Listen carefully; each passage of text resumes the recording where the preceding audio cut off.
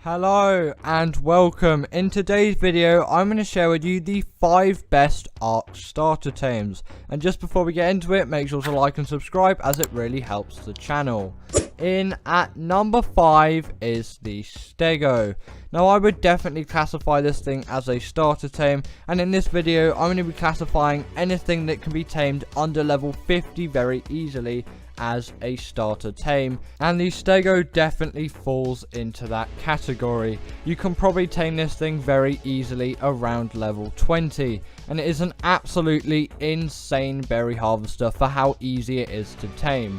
If you're fast enough, this thing simply isn't going to catch up to you, and you can continue to trank it until it's knocked out. In terms of method, only tame one of these that is singled out from a pack, as if you are taming one that is in a pack, the pack is going to come after you as soon as you start tranking the Stego that you're trying to tame, and you can just get overwhelmed and lose absolutely everything, and we don't want that to happen, especially at this stage of the game, as it will make your progress so much slower.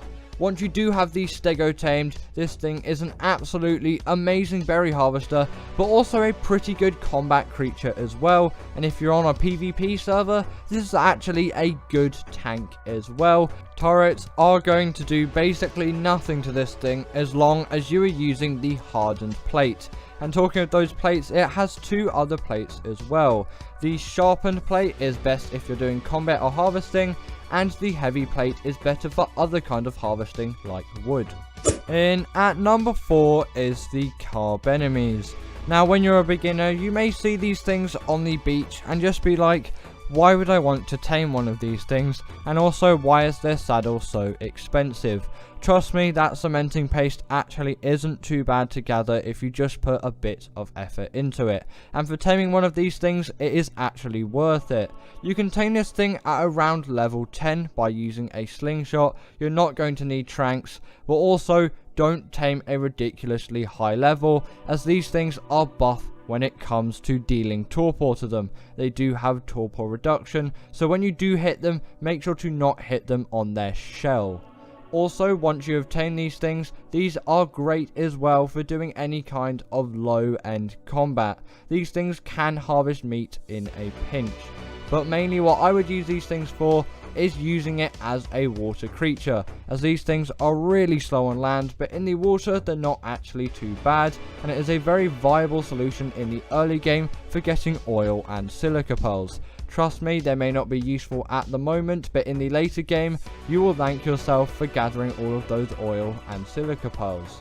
The Carb Enemies pretty much spawns everywhere, so you won't have trouble finding it, and the reason why it is so good as an underwater creature is you don't even need to go underwater to tame it. Now you may have not experienced the Ark Oceans yet, but they are pretty vicious, so you try to stay away from them as best as possible, which is why the Carb Enemies is so good, as you don't even need to enter the ocean to have a good underwater tame.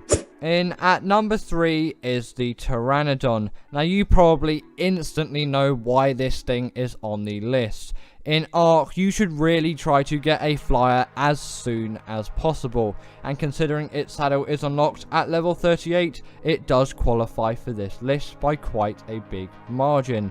The only thing is about its saddle, it does take quite a lot of chitin or keratin. It takes 75 of it, so you may have to grind a bit to get that depending on your settings, but it is not too bad, and it is definitely well worth the grind, as the Pteranodon is an absolutely amazing flyer for the early game. Yes, it may not have the best stamina stat or the best weight stat in the game out of any flyer, but this thing definitely does excel in speed and ease of transport, as long as you do level up its weight enough, as for some lower levels their weight is simply so bad you cannot even carry anything around when flying on this thing.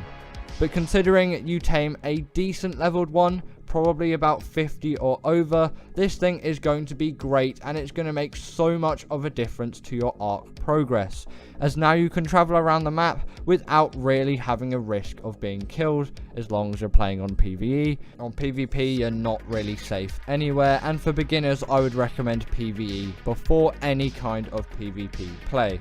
but I'm not going to be the kind of person to say only play PvE. You can play PvP if you want to as well. In terms of use, the Pteranodon is actually quite useful in the early game for gathering metal. Yes, its weight stat isn't amazing, but it isn't too bad at gathering around 50 metal at a time, and for this stage of the game, that is perfectly fine for at least a couple of days of Ark playing. In at number 2 is the Thler. Now strictly this shouldn't count to the list as its saddle is unlocked at level 51, but it's so close to 50 I'm going to count it, as this creature is going to make a massive difference to your Ark journey. Yes, a Pteranodon is probably going to be your flyer at the moment when you're around level 50, but you're going to need a good, small, efficient land creature as well, as you can't just get around everywhere in the sky. Also, metal runs are a lot easier on a Thler than a Pteranodon, and considering how much damage it does and how many abilities it has for traversing mountains and just general tough terrain, this thing is a great solution to that Pteranodon low weight stat. Also, on top of that, its melee damage does have a bleed ability, which means this thing can really pack a lot of damage.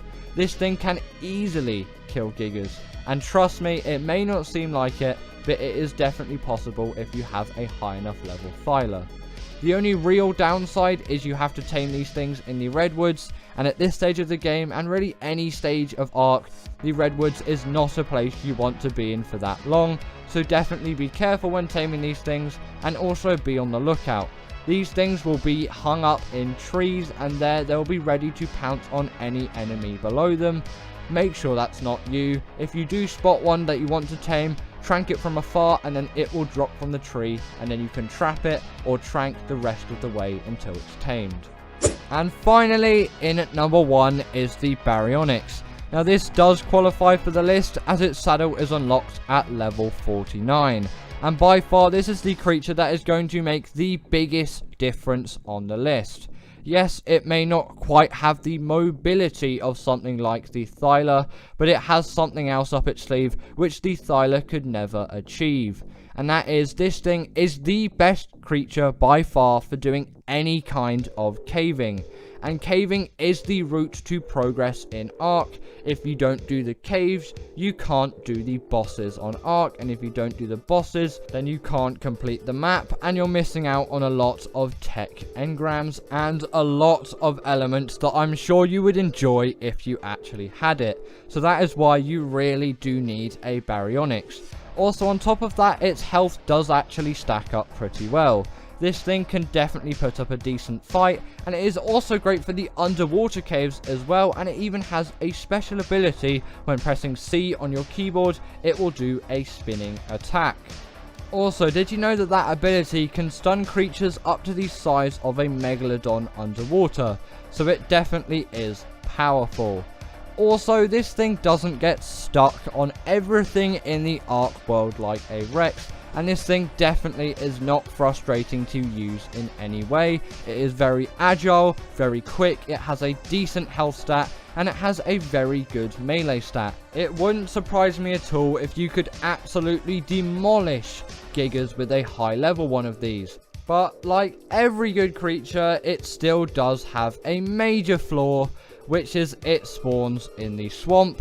And if you haven't experienced a bad thing in this swamp yet, you are definitely very lucky. Ark's 7 best late game tames.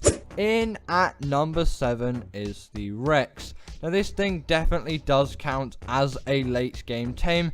Its saddle is unlocked in the late 70s. This thing is definitely a tame worth getting, and it is great for bosses because it is a very balanced carnivore. Something like the Spino does deal more damage, but its health is terrible compared to something like the Rex, which is why the Rex is better for bosses, as it has really good health and a great melee stat on top of that, which means it can definitely attack and deal the damage needed, but it does have enough health to survive the fight. But there is one downside to the Rex as well, which is it gets stuck on a lot of things. and it isn't great at swimming as well. But I doubt you're going to be using the Rex for any swimming, as it isn't an underwater creature. But the fact that it does get stuck on a lot of things, especially rocks, it seems, it is a bit annoying. But in a boss fight, you're not really going to get stuck on a lot. But in just general travel on this thing, that is something to definitely take in mind.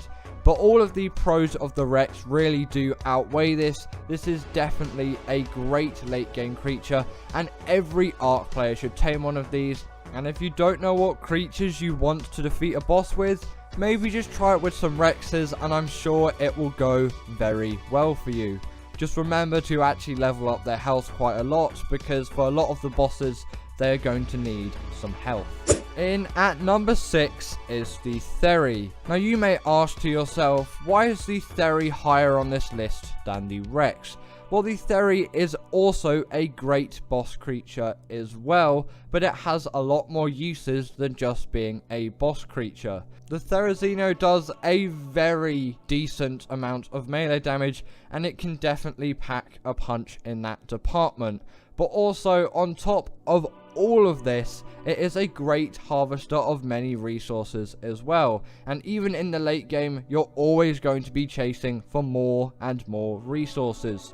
This thing is great at gathering berries, wood, thatch, and fiber. And the fiber part is really important, as you're always going to need fiber when you're playing Ark. So in that department, this thing is definitely a very useful tame.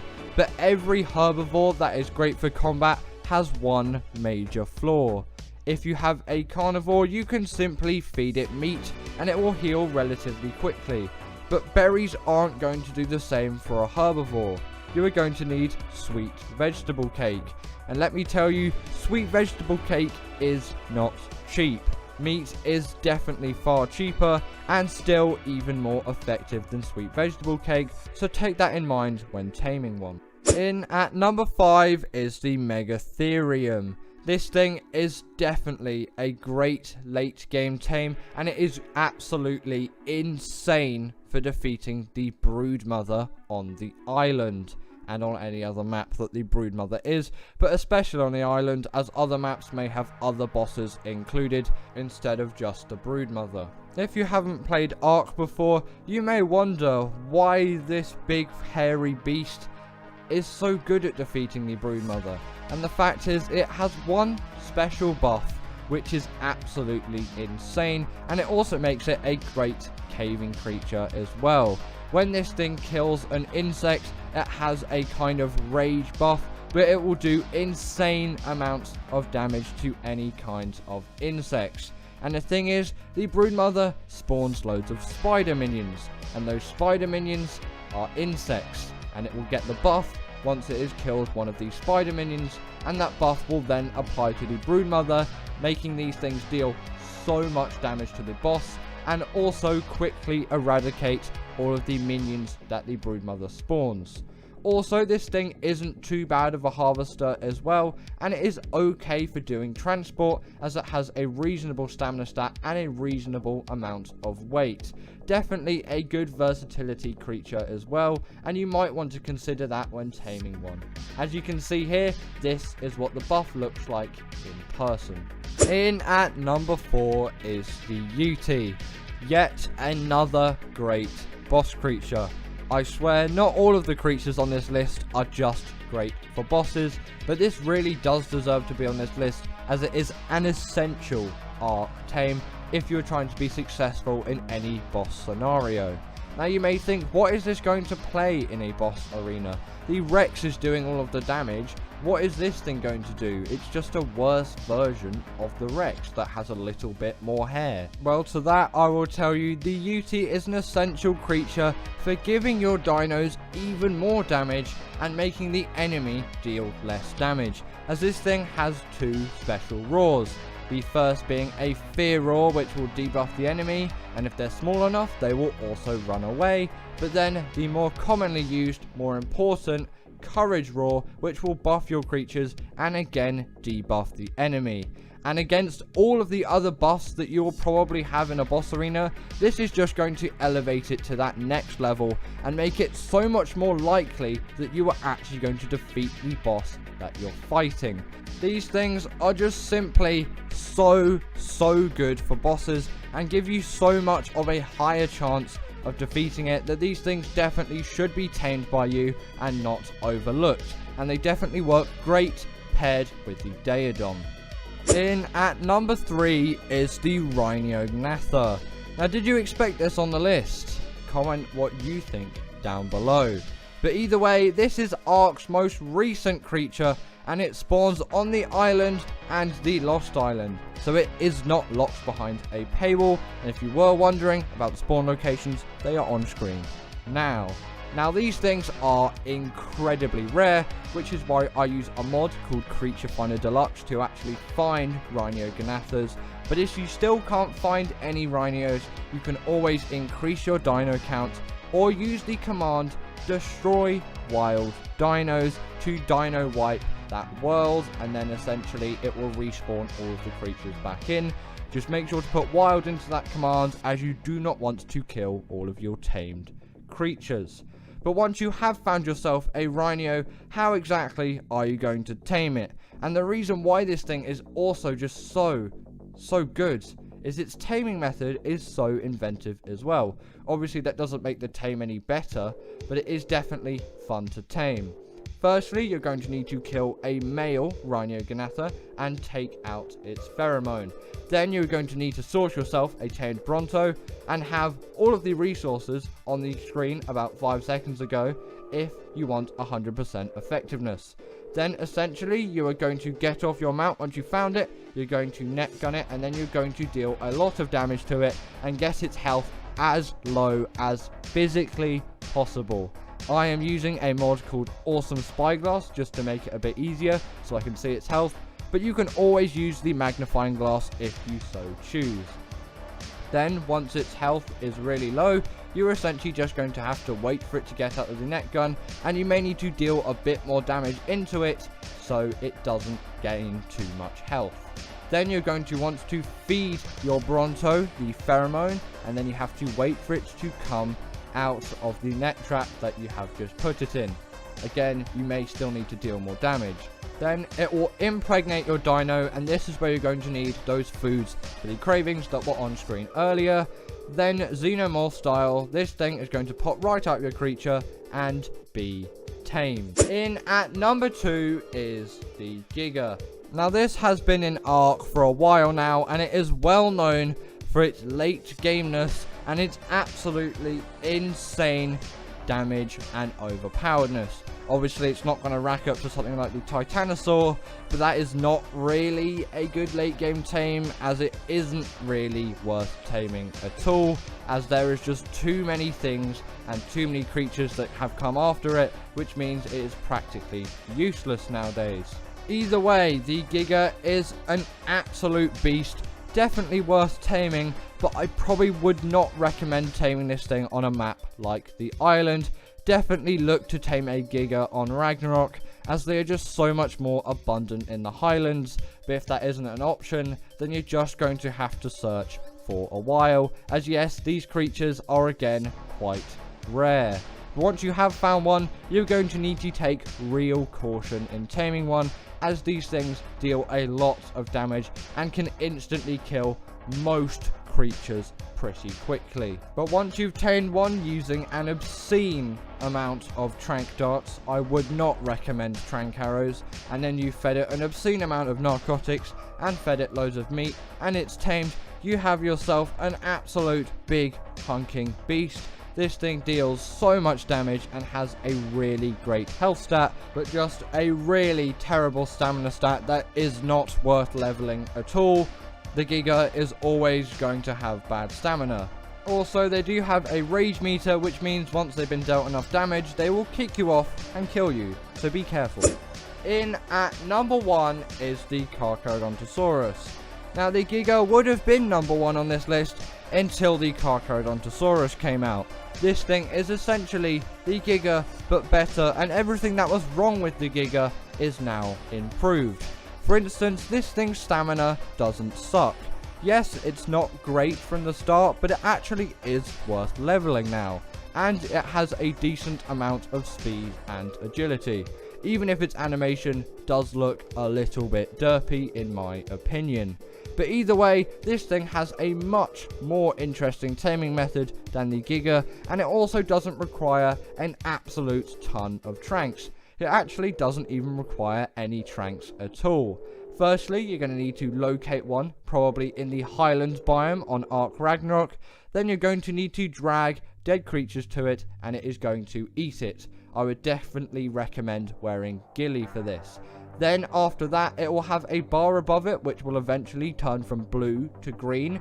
Then you can ride it and just absolutely decimate loads of creatures until it's tamed. The bigger, it's going to give a higher percentage of taming, but just be careful, if it is dealt enough damage, it will lose a lot of effectiveness. And once you tame this thing, you have an absolute beast that deals loads of damage and has a wealth of great abilities on top of a really nice health pool. And give it up for our patrons Ekaterina Puchkova and Karina Thorne, Dominic Macy-Juski, sorry about that name, and everyone else that's on this list. All the people I've mentioned are paid members, and if you feel like that's something you want a shout out at the end of the video, go join the Patreon or become a paid YouTube member.